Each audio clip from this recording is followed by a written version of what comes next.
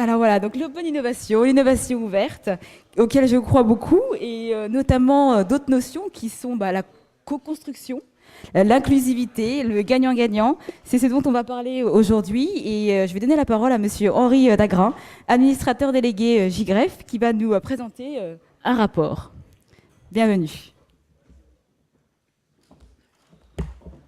Bien, bonjour, merci à ceux qui sont encore là en ce milieu fin d'après-midi pour parler d'Open Innovation. S'il vous plaît, si vous pouvez faire un petit peu moins de bruit, ça serait gentil pour ceux qui écoutent cette conférence. Merci. Je vais essayer de rattraper un petit peu le retard de l'après-midi. Donc, je vais vous parler de l'Open Innovation en 15-20 minutes. Si vous avez des questions, je vous proposerai peut-être qu'on les pose pour laisser le panel ensuite sur le patio. La présentation que je vais vous faire cet après-midi, je vais vous parler d'une nouvelle culture qui est en train de se mettre en place dans les grandes entreprises. Et cette nouvelle culture impose deux choses, que j'enlève ma veste parce qu'il fait chaud. Et puis, je vais enlever également ma cravate, si vous voulez bien, parce qu'il fait chaud. Et je vous invite à le faire vous-même si vous voulez bien. Et je m'arrêterai là. Voilà. Je vais vous parler des enjeux et des défis de l'entreprise numérique qui ont été identifiés dans une publication de 2015 qui a été rédigée par le SIGREF. Et donc le SIGREF, d'où est-ce que je parle? J'en suis délégué général. C'est l'association des grandes entreprises françaises qui les accompagne, grandes entreprises et grandes administrations publiques françaises qui les accompagnent dans toutes leurs réflexions sur leur transformation numérique. Et en 2015, dans ce livre « Enjeux et défis de l'entreprise numérique », il y avait deux enjeux majeurs qui avaient été identifiés. C'est un, repenser l'organisation de l'entreprise pour favoriser l'innovation, pour mieux innover. Et deuxièmement, c'était multiplier les partenariats parce que seul, on ne peut plus rien. Alors, l'open innovation, ce n'est pas un effet de mode. Les grandes entreprises françaises se sont engagées dans ce mouvement, non pas pour répondre à une doxa qui pourrait être celle des réseaux sociaux, mais bien parce qu'elles en ont besoin. C'est une absolue nécessité pour elles. C'est même une question vitale. Et donc, l'open innovation, derrière, doit permettre de déterminer des nouveaux modèles de coopération qui soient adaptés aux besoins des entreprises. Les grandes entreprises ne vont pas faire de l'open innovation pour faire plaisir aux startups. C'est parce qu'elles en ont besoin. Et deuxièmement, pour assurer une cohérence avec les attentes de leurs écosystèmes d'innovation et de croissance. Je crois beaucoup à cette notion d'écosystème d'innovation et de croissance. Ils sont multiples. Ce sont les incubateurs, ce sont les pôles de compétitivité, ce sont les clusters, ce sont les regroupements d'entreprises. Tout ça, ce sont ces écosystèmes d'innovation et de croissance que la grande entreprise doit irriguer avec ses moyens, mais doit utiliser pour répondre à ses besoins. L'open innovation ou innovation collaborative, elle est désormais considérée comme le principal levier de croissance pour la plupart des entreprises. Ce n'est pas une idée en l'air, mais véritablement aujourd'hui, les grandes entreprises, notamment les grandes entreprises françaises que je représente, au nom desquelles je parle, sont inscrites dans ces mouvements parce qu'elles en ont besoin. Le SIGREF, dans un travail qu'il a mené au cours de l'année 2016-2017, et je reviendrai dessus en conclusion, qui a fait l'objet d'un rapport qui s'appelle « Open Innovation, une réponse au challenge de l'entreprise », a identifié, dans le cadre de son groupe de travail qui a réuni une trentaine de grandes entreprises membres du SIGREF, plus de 70 collaborateurs, qui a permis de faire parler, s'exprimer des tandems. Les tandems, ce que j'appelle les tandems, c'est le DSI d'une grande entreprise et le patron d'une start-up. Et ils sont venus expliquer devant ce groupe de travail comment ils avaient pu travailler ensemble, quels avaient été les facteurs clés du succès de leur collaboration, quels étaient les freins qu'il avait fallu desserrer, quels avaient été les critères de choix de la collaboration. Tout ce travail a été mis en forme et nous avons identifié plusieurs facteurs clés pour assurer justement le succès de cette collaboration entre grandes entreprises et start-up. Quand je dis start-up, bien entendu, je pense également PME innovantes, je pense à toutes ces entreprises qui sont porteuses d'innovation, mais qui ont des tailles et un contexte qui est fondamentalement différent de celui de la grande entreprise. Premier facteur clé, c'est cadrer le projet sur un cas d'usage défini. Il ne s'agit pas d'aller choisir un projet parce qu'il est joli, parce qu'il fait bon effet dans une plaquette de présentation de l'entreprise et dire « nous avons collaboré avec telle start-up ». Ça ne marche jamais. Hein. Donc, premier critère, c'est cadrer le projet sur un cas d'usage défini. Le deuxième critère, qui est majeur, hein, et qui est une des conditions clés du succès, c'est celui de désigner un sponsor engagé sur le projet. Et il faut que ce soit quelqu'un qui relève de la direction générale, qui appartiennent à la direction générale, que ce soit même le directeur général lui-même qui s'implique, sinon ça ne marche pas, ça ne marche jamais.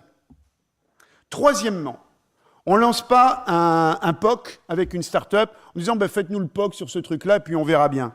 Si derrière, la grande entreprise n'a pas identifié des ressources qui vont être directement impliquées dans le projet. Ressources, ça veut dire du financement, parce qu'un POC, ce n'est pas gratuit. Hein. Ceux qui pensent que parce qu'on est une grande entreprise, on peut se permettre d'appeler une start-up, tiens, venez me faire un POC, comme ça, et puis on verra bien si on travaille ensemble. C'est le meilleur moyen pour tuer les meilleures idées. Ce n'est pas comme ça que ça se passe. Donc, on met de l'investissement, un POC, même si on ne va pas au-delà, ça se paye et ça a un coût. Ça a un coût en temps, ça a un coût en équipement, ça a un coût en intelligence. Et deuxièmement, des ressources pour s'impliquer dans la gouvernance. Ça, c'est le troisième point. Le quatrième point, il est tout aussi majeur et on en a beaucoup parlé, je crois, au cours de ces ATDA, ce sont les enjeux de sécurité. Combien de POC, et nous en avons des retours d'expériences très nombreux, de collaboration, qui à un moment donné ont été stoppés. Mais votre truc, c'est pas du tout sécurisé. Ce sont des failles béantes que vous introduisez dans le système d'information de l'entreprise. On arrête. Perte de temps, perte d'intelligence, perte financière. Donc, dans tout POC,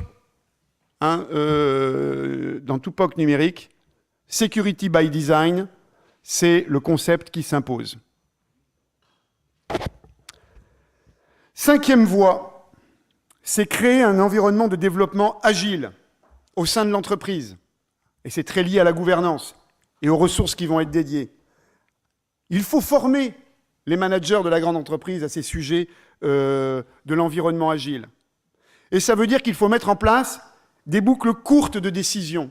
J'y reviendrai parce que ce facteur du rapport au temps est absolument crucial dans la réussite des projets d'open innovation.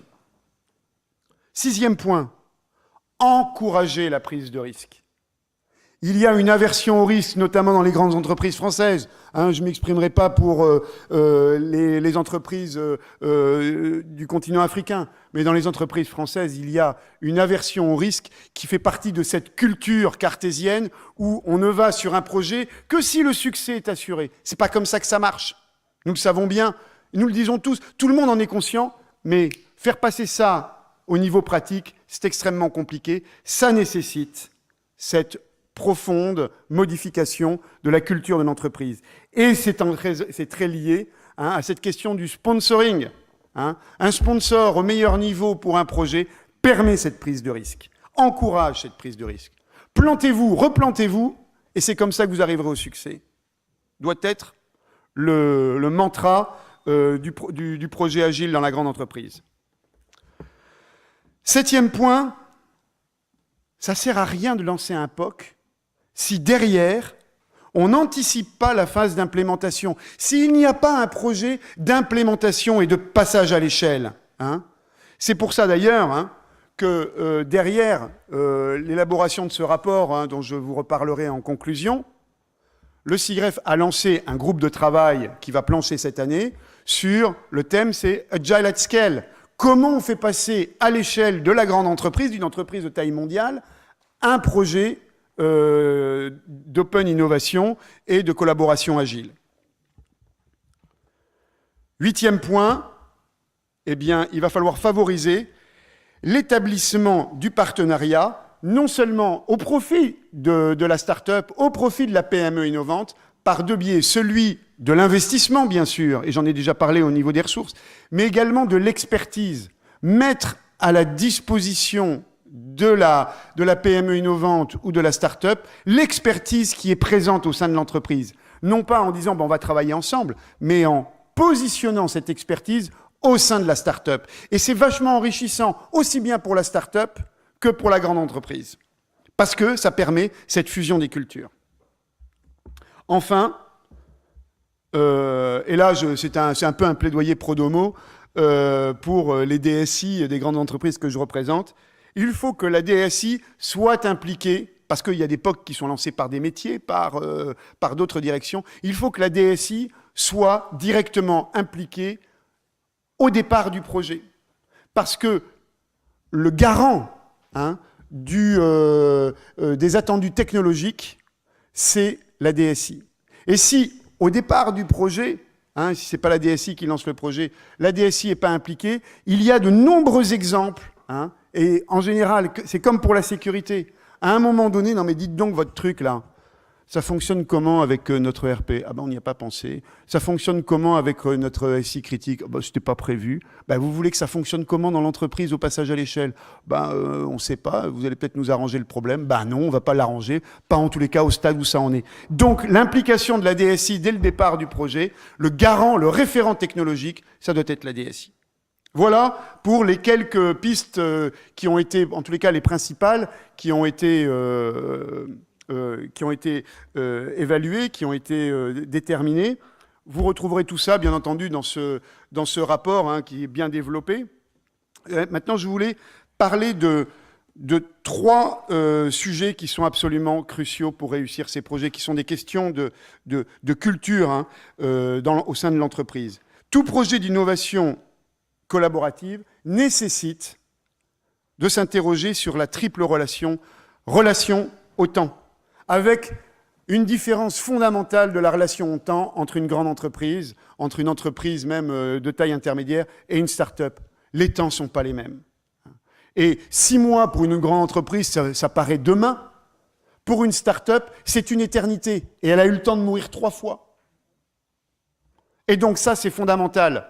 Et donc là, ça impose véritablement, d'une part, à la start-up de se dire « je ne vais pas m'engager dans un projet où je sens bien que derrière, la relation au temps ne sera pas, on ne pourra pas résoudre le hiatus. » C'est pas la peine parce qu'elle va mourir, elle va en crever. Mais de la même manière, pour la grande entreprise, si elle n'a pas pris en compte cet effet du rapport au temps qui est fondamentalement différent, elle sait, elle doit savoir, ça doit être maintenant intégré dans le crâne des managers de ce type de projet, qu'elle va tuer la bonne idée que lui apporte la start-up. Deuxième chose, rapport à l'agilité. Et j'en reviens sur ce sujet des ressources qui doivent être présentes en permanence, mises à disposition. C'est pas vous lancez votre projet, quand votre POC sera prêt, on se reverra. Ça marche pas comme ça. Ce n'est pas possible. Et donc, il faut des boucles courtes de décision et qui soient véritablement intégrées dans la gouvernance du projet. L'agilité. Et enfin, troisièmement, mais c'est un petit peu induit par ce que je vous dis, c'est le rapport à la confiance. Il n'y a pas de relation avec une start-up s'il ne s'établit pas, au départ, une relation de confiance. Un exemple, lancer un POC en se disant « ouais, on va lancer un POC, mais avant, on va établir une spécification technique de notre besoin complet pour que vous puissiez travailler avec nous. » C'est le meilleur moyen de planter un projet. Et puis, on va faire notre projet en mode collaboratif, d'innovation en mode collaboratif agile, mais on va le mener quand même comme un cycle en V parce que c'est ce qu'on sait faire. C'est le meilleur moyen pour ne jamais y arriver. Et il y a énormément d'exemples comme ça. Tous les échecs viennent de ce genre de hiatus sur la compréhension de ce que doit être un projet en mode open innovation. Donc c'est finalement, j'espère que je vous en aurai convaincu, le facteur humain qui est l'élément clé de la réussite. Ça nécessite un changement d'état d'esprit dans la grande entreprise. Mais ça nécessite également une formation dans les startups sur la façon dont fonctionne une grande entreprise. Une startup qui ne s'est pas posé cette question-là, elle n'a pas fait son boulot. Elle veut travailler avec un grand groupe et elle a raison de vouloir le faire parce que c'est là où il y a des moyens, c'est là où elle peut arriver directement et rapidement à cette échelle, à l'échelle qu'elle souhaite. Mais il faut qu'elle apprenne systématiquement comment fonctionne une grande entreprise. Il devrait y avoir des écoles pour les start-upers pour leur apprendre comment fonctionne une grande entreprise, une grande administration. Deuxième chose, soutien sans faille de la direction générale. C'est vraiment également l'élément clé de réussite. Pas de soutien de la direction générale, pas de POC en mode agile avec passage à l'échelle. Donc c'est donc à une nouvelle culture dans l'entreprise qu'appelle ce rapport, qui est basé sur 2 thèmes, sur 2 mots, et je vous demande de retenir ces 2 mots, parce que c'est vraiment la clé de la réussite, l'audace et la confiance. L'audace de mener dans la grande entreprise des projets en mode agile, en open innovation, audace d'aller vers ces écosystèmes d'innovation et de croissance, mais également confiance dans les forces que la grande entreprise peut avoir dans sa capacité à mener ses projets. Et toutes les grandes entreprises sont capables de le faire. C'est juste une question de volonté et de mise en adéquation de sa culture. Mais également confiance dans la croissance, dans l'innovation que vont lui apporter ces écosystèmes de start-up. S'il n'y a pas cette dualité d'audace et de confiance qui sont le carburant de tous ces projets, eh bien ces projets n'aboutiront pas. Voilà, donc j'ai fait rapidement, je peux répondre peut-être à quelques questions, mais je vous renvoie à ce remarquable rapport que nous avons présenté le 25 septembre dernier au cours d'un colloque. Donc, vous pouvez aller sur le site du CIGREF, cigref.fr. Vous retrouverez sous l'intitulé de nos publications ce rapport, vous pouvez le télécharger, vous pouvez l'utiliser, il est à vous, nous le mettons à la disposition de la communauté, au patrimoine mondial de l'humanité, pour en faire le meilleur, ce que nous espérons. Nous répondrons bien entendu à toutes vos questions, puisque nous continuons à travailler sur ces sujets-là, suivant les plusieurs directions, celle de l'agile at scale, celle de l'innovation en action, au cours duquel nous avons une forme d'observatoire qui permet de faire intervenir des startups accompagnées par des grands groupes, toujours ce phénomène des tandems pour évaluer quels sont à chaque fois les facteurs clés de succès de la collaboration. Et puis, vous avez également, ce rapport a été présenté au cours d'un colloque qui s'est tenu donc le 25 septembre dans les locaux d'Orange Gardens, à Paris, à Châtillon, qui est vraiment un lieu emblématique de l'innovation des grandes entreprises françaises. Ce colloque, il y a toutes les vidéos qui sont en ligne. Ce sont des vidéos qui sont relativement courtes. Je vous encourage à aller les écouter. Il y a notamment une vidéo que j'aime particulièrement, c'est celle de mon président, que je vous recommande. Mais il y a également une vidéo de Luc Breton, qui est en charge de l'innovation chez Orange. Une vidéo... pardon ? www.cigref.fr. C-I-G-R-E-F, cigref.fr. Vous avez tout dessus. Et même, vous avez des dizaines de publications. Allez-y, c'est ainsi. Ah, mais les vidéos, elles sont sur le site et sur la page où l'on présente ce rapport. Voilà. Est-ce que j'ai le temps de prendre quelques questions ? Une question. Voilà, il y a une question par rapport à tous les critères que vous avez mis en avant aujourd'hui par rapport à comment on peut développer une collaboration réussie entre grandes entreprises et éventuellement une start-up. Bien sûr, ça saute aux yeux, c'est évident que c'est important. Mais par contre, moi, il y a un problème que je soulève dans ma compréhension des choses et j'arrive pas à savoir comment peut-on concilier tous les critères que vous avez cités avec la prise de risque.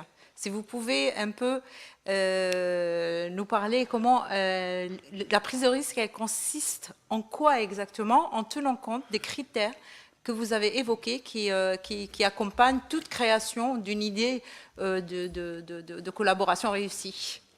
Merci. Alors, je ne sais pas si j'ai bien compris votre question, mais en tous les cas, ça sera ma réponse.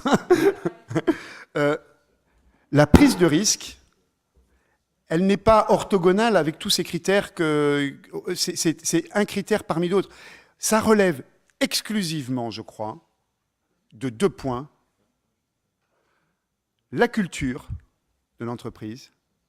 Et ça, c'est directement induit par l'acceptation par la direction générale du sponsoring d'un projet d'open innovation et de passage à l'échelle, avec l'acceptation de se planter. On accepte de se planter. Et après, tout le reste, c'est pas un problème, parce que je vous parle de la sécurité. On peut se planter sur ce sujet-là. On peut se planter sur l'anticipation de la phase d'implémentation. On peut se planter sur l'établissement du partenariat avec... On peut se planter à toutes les phases du projet et dans toutes les dimensions. Encore faut-il l'accepter.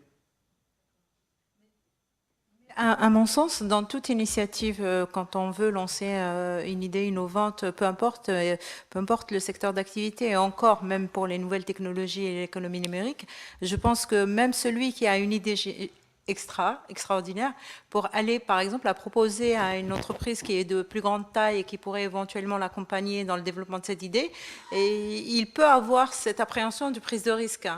Il va se dire, peut-être je vais m'investir dans la réflexion et peut-être que ça ne va pas marcher, que l'entreprise, la grande entreprise, ne va pas m'accompagner. Le risque, il est partagé. Attendez. De quoi parle-t-on là? C'est pas parce que quelqu'un a une idée géniale et qu'il va voir une entreprise et dit, vous voulez m'accompagner, c'est pas comme ça que ça se passe. C'est pour ça, je tenais compte de ce que vous avez dit. Oui. Alors, je vais repréciser ce que je disais au début. Pardon si j'ai raté quelque chose. Non, tout à fait. C'est qu'il n'y a pas de projet d'open innovation et de collaboration avec une start-up dans une grande entreprise, si ça ne répond pas à un besoin identifié de l'entreprise. Sur le changement de son organisation, j'aurais peut-être dû le préciser, repréciser, ou peut-être mieux insister, sur, bien entendu, c'est sur son organisation, sur ses process, sur son business model, sur ses produits, sur ses services. Ça doit porter sur ces sujets-là. Et ça doit être porté par ce sponsoring de la direction générale, parce que je veux changer mon organisation, parce que je veux changer mon business model, parce que je veux changer un service que je délivre, parce que je veux changer un process interne, je sais qu'il faut que je change, il faut que je bouge, donc je vais chercher des idées innovantes. Oui,